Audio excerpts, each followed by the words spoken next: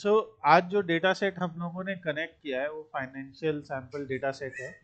इस data set के बारे में हम लोग अपना इंट्रोडक्शन भी कर चुके हैं, और एक जिन लोगों ने स्टार्टिंग में कनेक्ट किया था तो उनके साथ एक सिंपल डैशबोर्ड भी बनाया था। तो उसी डेटा सेट में हम लोग आज लाइन चार्ट करेंगे। और लाइन चार्ट के लिए हमें ये याद रखना है कि देखिए, लाइन चार्ट जो है वो एक ऐसा डेटा दिखाता है जिस डेटा में आपको दिख रहा है कि एक कंटिन्यूअस सी वैल्यू आती है। ठीक है। सो कंटिन्यूअस सी वैल्यू का मतलब ये होता है कि दैट मीन्स समथिंग, ऐसी चीज हम एक्स एक्सिस पे रखते हैं जो कंटिन्यूअस हो।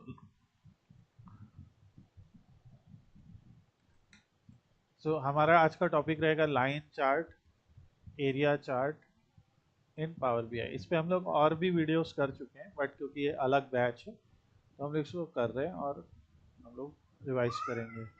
सो यहाँ पे हम लोग एक इसको यूज करते हैं।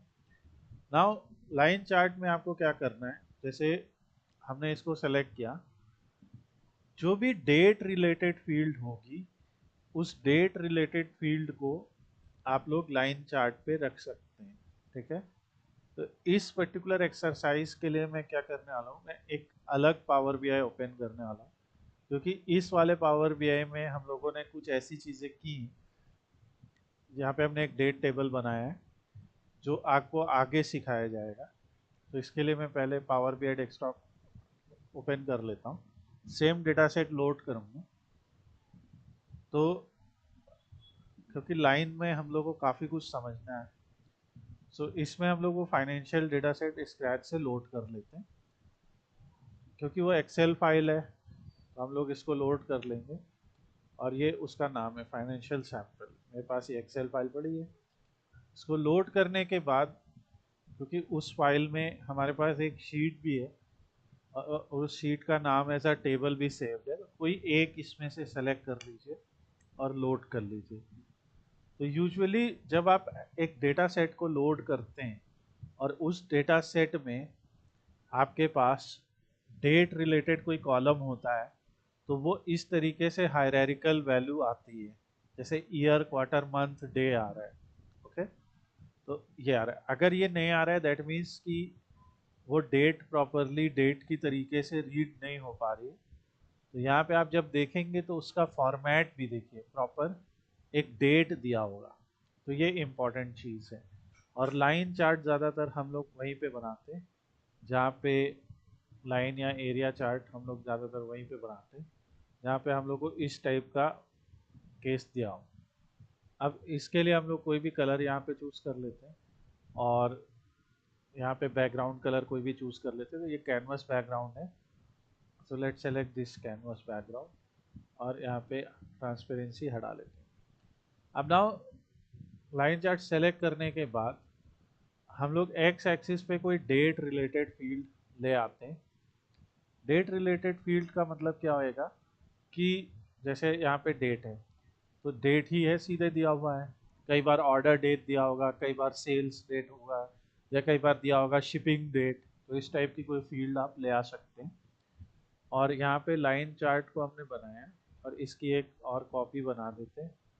और इसमें अभी मैं दिखाऊंगा दोनों केस। तो जब आप डेट को डालेंगे तो आप देखेंगे कि डेट के सारे पार्ट भी आ रहे हैं। डेट के पार्ट जैसे year, quarter, month, day. Date के पार्ट जो ईयर है उसी में केवल सिग्मा बना है, यानी ये उसे ही केवल एज अ नंबर ट्रीट कर रहा है। बाकी क्वार्टर, मंथ और डे, ये तीनों जो हैं as a categorical field treat हो रहे हैं। अब जैसे मैं डेट वाइज सेल्स देखना चाहता हूँ, तो हम सीधे क्या कर सकते हैं, डेट वाइज यहाँ पे सेल्स ले आ सकते हैं, और ऐसे आपको दिखेगा एक स्ट्रेट लाइन।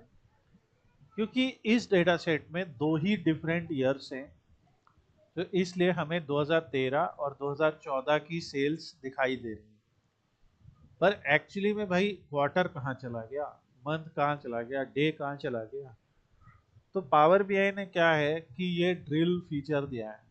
ठीक है, to turn on drill down. ठीक है। तो line chart, area chart in power BI, और यहाँ पे एक फीचर हम लोग और डिस्कस कर रहे हैं, ड्रिल डाउन। फीचर, ठीक है, विद ड्रिल डाउन। तो ड्रिल डाउन का मतलब ये होएगा, अगर मैंने इसे ड्रिल डाउन ऑन कर दिया, अब मेरे सामने दो विकल्प हैं, या तो ये पैरेलल वाला ड्रिल डाउन यूज करूं और या ये हायरार्किकल वाला। तो अगर मैं हायरार्किकल वाले पे जाता हूं तो ईयर के बाद ईयर एक ऐसा समरी दिखा रहा है, जैसे 2013 में क्या हुआ पूरा जोड़ के, और 2014 में क्या हुआ पूरा जोड़ के। तो अगर मैं हायरार्की वाले में जाता हूँ तो मेरे पास देखिए क्या ऑप्शन आ जाएगा, क्वार्टर फोर, क्वार्टर वन। तो अब हर ईयर के हर क्वार्टर की डिटेल आ गई कि 2013 के क्वार्टर थ्री और क्वार्टर फोर का ही डेटा है अपने पास, और 2014 का क्वार्टर वन में क्या हुआ, क्वार्टर टू में क्या हुआ, क्वार्टर थ्री में क्या हुआ, क्वार्टर फोर। अगर मैं फिर से ड्रिल डाउन करता हूँ तो अब मैं हर ईयर के हर मंथ में आ जाऊंगा। तो ये जो आपका एरो वाला है, इस पे क्या होता है, इस पे आप year wise quarter, year wise month और ईयर वाइज डे देख सकते हैं, ठीक है। तो यहाँ पे year wise quarter and month तक का ही डेटा है अपने पास। अगर यहाँ पे हम आते हैं, ठीक है, और हम लोग क्या करते हैं कि इसमें हम लोग इसमें भी वाई एक्सिस पे हम लोग सेल्स ले लेते हैं, और वाई एक्सिस पे सेल्स ले लेने के बाद अगर हम लोग फिर से ड्रिल डाउन ऑन करते हैं और ये पैरेलल चूज करते हैं, तो अब देखिए क्या हुआ, अब ईयर वाइज क्वार्टर नहीं आया, अब सिर्फ और सिर्फ क्वार्टर आया। दैट मीन्स कि ये जो पैरेलल वाला चार्ट है, इस पैरेलल वाले चार्ट में या पैरेलल वाले ड्रिल फीचर में हम एक लेवल अंदर चले जाते हैं और पहला लेवल बिल्कुल ही अलग हो जाता है, यहाँ समरी आ रही होती है। So we have the quarter है, and if you will click once again you will see that now यहाँ पे हमारे पास जो जानकारी है वो मंथ की है। ओके, सो ये इस पर्टिकुलर चीज का मतलब है। यहाँ पे जो मंथ आ रहा है नीचे वाले में देखिए, यहाँ ऊपर वाले में जब हम लोगों ने इस सेकेंड वाले ऑप्शन का इस्तेमाल किया था तो हर बार ईयर के साथ में जानकारी आ रही है, like year quarter and month, ठीक है, डे क्वार्टर एंड मंथ, ऐसा आ रहा है, मंथ ईयर कुछ भी हम चूज करेंगे ना, जैसे इधर वाले में, तो उसमें देखिए ईयर के साथ आएगा। अब एक क्वार्टर में, एक ईयर में 4 क्वार्टर होते हैं, टोटल 2 ईयर का डेटा है, वैसे 8 होना चाहिए, पर यहाँ पे सेल्स का डेटा क्योंकि जुलाई से शुरू हो रहा है तो इसीलिए क्वार्टर थ्री से वो दिखा रहे हैं हमें, ठीक है। तो इस टाइप से वो हमें दिखा रहे हैं। उसी जगह पे चाहे इसमें देखते हैं, यहाँ पे मंथ है, ठीक है, सितंबर, अक्टूबर, दिसंबर, ये 3 मंथ का ही डेटा है वहाँ पे। फिर आ जाएगा जनवरी, फरवरी एंड सो ऑन, ठीक है। तो अगले ईयर में तो पूरे 12 महीने का डेटा है, पहले वाले में केवल थर्ड और फोर्थ क्वार्टर का ही डेटा है।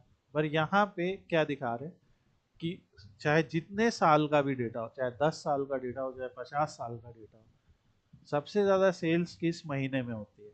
यहाँ पे दिखा रहे हैं कि चाहे जितने भी साल का डेटा हो, सबसे ज़्यादा सेल किस साल के किस महीने में होती है। तो यहाँ पे आपको साल प्लस महीना पता चलेगा, यहाँ पे आपको सिर्फ महीना की, अगर हम महीने वाइज देखें तो अक्टूबर में हमारी सबसे ज़्यादा सेल्स होती है, और यहाँ पे हमें दिख रहा है कि 2014 के अक्टूबर में सबसे ज़्यादा सेल्स हुई। तो ये हमारा दोनों तरह के चार्ट्स हैं, ठीक है। लाइन चार्ट में ये दो मतलब होते हैं, और ये आप देखिएगा और बड़ा इम्पोर्टेंट है। हाँ ये देखो ना, ये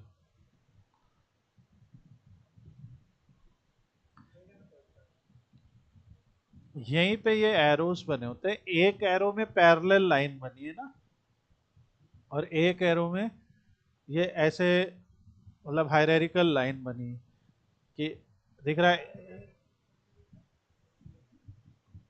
अभी कोई टारगेट वारगेट फील्ड नहीं है, अभी हम लोग सिर्फ दो फील्ड लिए, एक एक्स वैल्यू है, एक वाई वैल्यू है। सेल्स हमारा टारगेट होता ही है मोस्टली।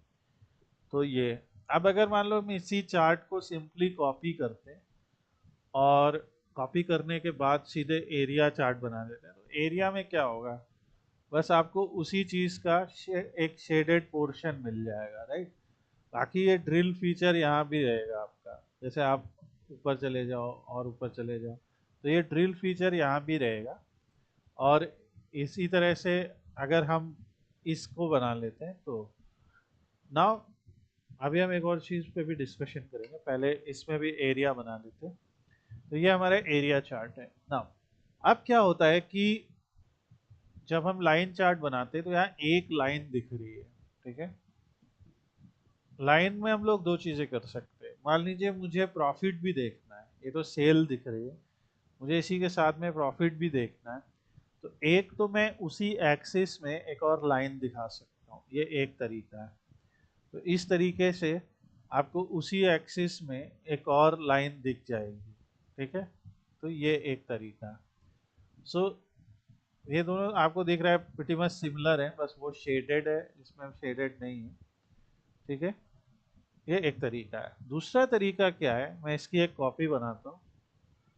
अगर मान लो मुझे दूसरा कोई कंटिन्यूअस वैल्यू नहीं, बल्कि मैं चाहता हूँ कि चार लाइनें बने, ठीक है। मैं चाहता हूँ चार लाइनें बने यहाँ पे, पर वो सेगमेंट वाइज हो, कि सेगमेंट वाइज सेल्स कितनी कितनी हुई है। तो लेजेंड में मैं एक कैटेगोरिकल फील्ड भी ले आ सकता हूँ।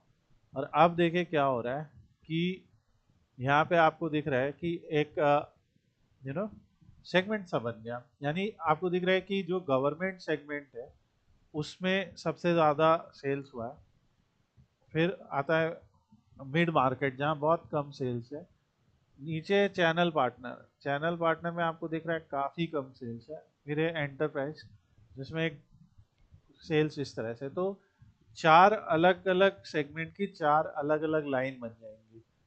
इसी तरह जैसे जो हमारा पिछला वाला चार्ट था, या sample super store data set जब हमने पढ़ा था, तो sample super store data set में हमारे पास रीजन था, कैटेगरी था, सब कैटेगरी था।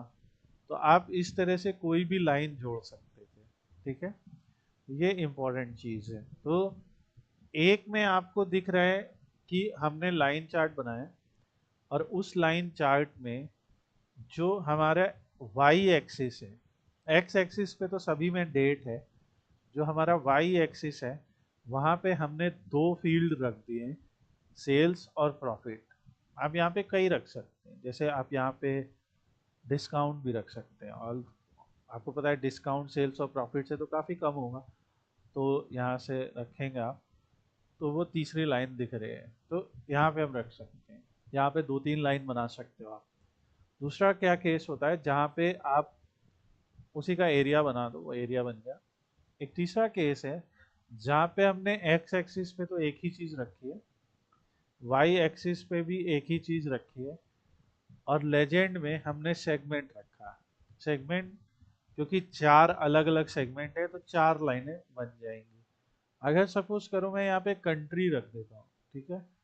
तो यहाँ पे हमारे पास कितने डिस्टिंक्ट कंट्रीज का डेटा है, हमारे पास एक दो पांच डिस्टिंक्ट कंट्रीज का डेटा है। जैसे यूएसए है, मेक्सिको, जर्मनी, फ्रांस, कनाडा।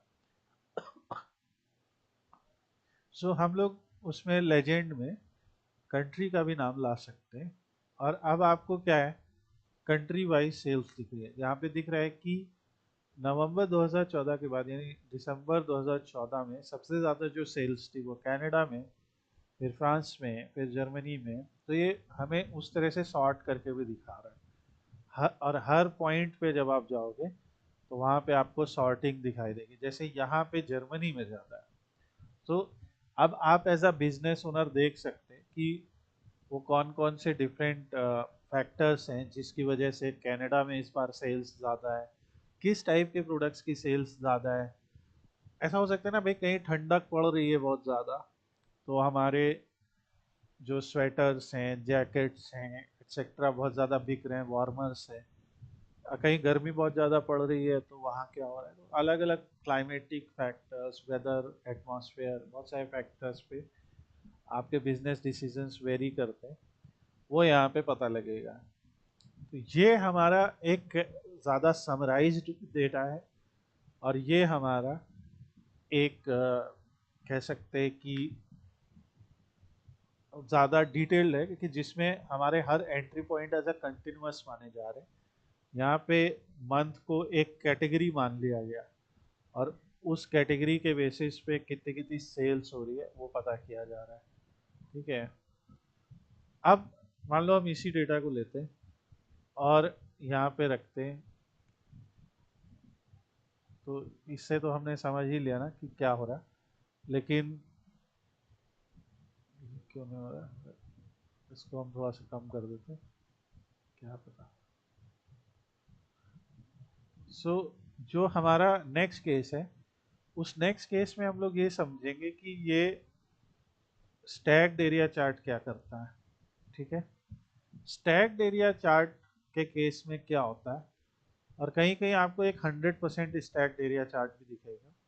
जैसे जब हम यहाँ पे बात करेंगे तो यहाँ पे ऐसा एक और होता है 100% स्टैक्ड एरिया, तो यहाँ पे नहीं है पर हम लोग आगे सीखेंगे उसको अपने चैप्टर्स में।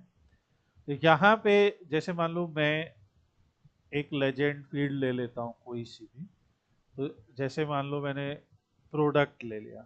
ठीक है, अब इस तरीके से समझना थोड़ा सा मुश्किल लग रहा है, किसकी ज़्यादा किसकी कम, सब एक दूसरे में मिक्स अप हो गया। तो यहाँ पे काम आता है स्टैक्ड एरिया। स्टैक्ड एरिया में क्या है, एक दूसरे के ऊपर स्टैक हो जाता है। जैसे सबसे नीचे जो प्रोडक्ट है एमेरिल्ला, ठीक है, फिर उसके ऊपर है कैरेटेरा, तो हर एक प्रोडक्ट एक के ऊपर एक है। सबसे ऊपर हमारा है वीटीटी प्रोडक्ट, और इसमें किस मंथ में ज़्यादा सेल है किस मंथ में कम सेल है। जहाँ पे एरिया ज़्यादा दिख रहा है आपको, जहाँ पे एरिया ज़्यादा दिख रहा है उस जगह को आप ऐसे बता सकते हो कि हाँ इस पर्टिकुलर एरिया में या इस पर्टिकुलर सेक्शन में ज़्यादा अमाउंट ऑफ सेल। जैसे यहाँ पे देखिए एकदम फ्लैट लाइन सी है जुलाई अगस्त के बीच में, किसकी, अमेरिला की। दैट मीन्स उस समय कम बिका, मगर उस समय इनका एरिया थोड़ा सा ज़्यादा था as compared to this area. तो on the basis of stacked area हम इस तरीके का चार्ट बना सकते हैं, और ये आपका इम्पोर्टेंट केस है। तो यही हमारा line and stack area chart है विद ड्रिल डाउन, और ये आज आप लोगों को सारा बना के देखना है। और इसको बनाने के बाद आप, मैं इसका स्क्रीनशॉट ले लीजिए, ये हमने शुरुआत में बताया, तो मैं ये भी वीडियो दूंगा कि ये पूरा डैशबोर्ड कैसे बना है। तो इसमें सिंपल हमारे केपीआई कार्ड्स हैं, और इसमें सिंपल बार चार्ट है, डोनट चार्ट है। मैप चार्ट को आप चाहे अभी छोड़ सकते हो, जब मैं बताऊंगा तब पढ़ लेना, बट आप उसके अलावा बाकी सारे इस टाइप का डैशबोर्ड बनाने का कोशिश कीजिए, और इस टाइप के विजुअल्स को बना के दिखाइए। तो ये हमारा आज का टॉपिक है, line chart with area chart and with drill down.